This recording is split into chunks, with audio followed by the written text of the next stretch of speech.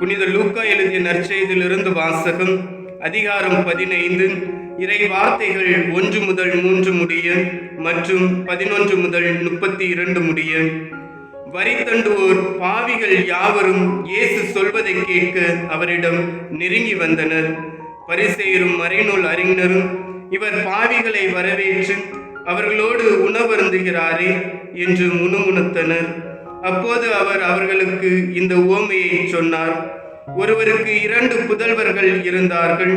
அவர்களுள் இளையவர் தந்தையை நோக்கி, அப்பா, சொத்தில் எனக்கு உரிய பங்கை தாரும் என்றார்.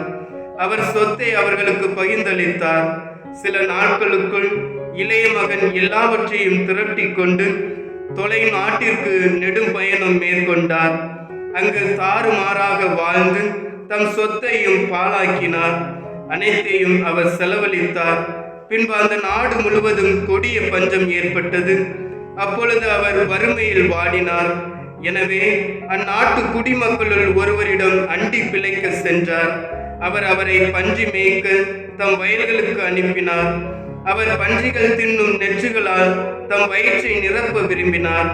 ஆனால் அதை கூட அவருக்கு கொடுப்பார் இல்லை. அவர் அறிவு தெளிந்தவராய், என் தந்தையின் கூலியாட்களுக்கு தேவைக்கு மிகுதியான உணவு இருக்க நான் இங்கு பசியால் சாகிறேனே. நான் புறப்பட்டு என் தந்தையிடம் போய், அப்பா, கடவுளுக்கும் உமக்கும் எதிராக நான் பாவம் செய்தேன். இனிமேல் நான் உம்மிடம் மகன் எனப்பட தகுதியற்றவன். உம்முடைய கூலி ஆட்களுள் ஒருவனாக என்னை வைத்துக் கொள்ளும் என்பேன் என்று சொல்லிக் கொண்டார். உடனே அவர் புறப்பட்டு தம் தந்தையிடம் வந்தார். தொலையில் வந்து கொண்டிருந்த போதே அவர் தந்தை அவரை கண்டு பரிவு கொண்டு ஓடி போய் அவரை கட்டி தழுவி முத்தமிட்டார். மகனோ அவரிடம், அப்பா, கடவுளுக்கும் உமக்கும் எதிராக நான் பாவம் செய்தேன். இனிமேல் நான் உம்முடைய மகன் எனப்பட தகுதியற்றவன் என்றார்.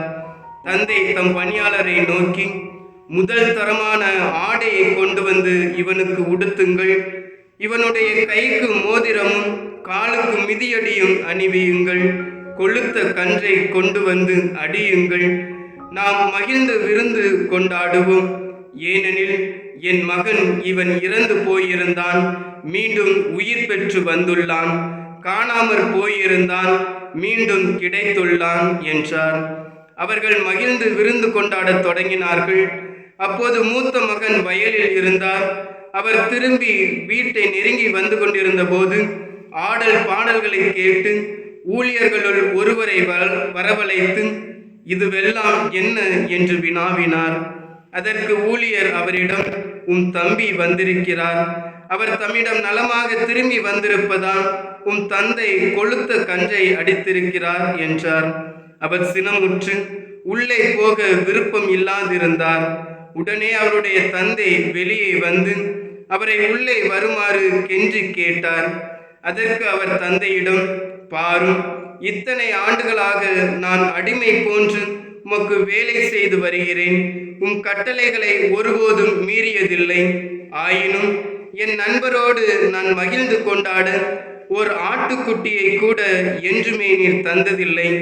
ஆனால் விலை மகளிரோடு சேர்ந்து உம் சொத்துக்களை எல்லாம் அழித்துவிட்ட இந்த உம் மகன் திரும்பி வந்தவுடனே இவனுக்காக கொழுத்த கன்றை அடித்திருக்கிறீரே என்றார்.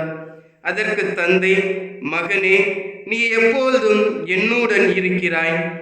என்னுடையதெல்லாம் உன்னுடையதே. இப்போது நாம் மகிழ்ந்து கொண்டாடி இன்புற வேண்டும். ஏனெனில் உன் தம்பி இவன் இறந்து போயிருந்தான், மீண்டும் உயிர் பெற்றுள்ளான். காணாமற் போயிருந்தான், மீண்டும் கிடைத்துள்ளான் என்றார். ஆண்டவரின் அருள்வாக்கு. கிறிஸ்துவே, உமக்கு புகழ்.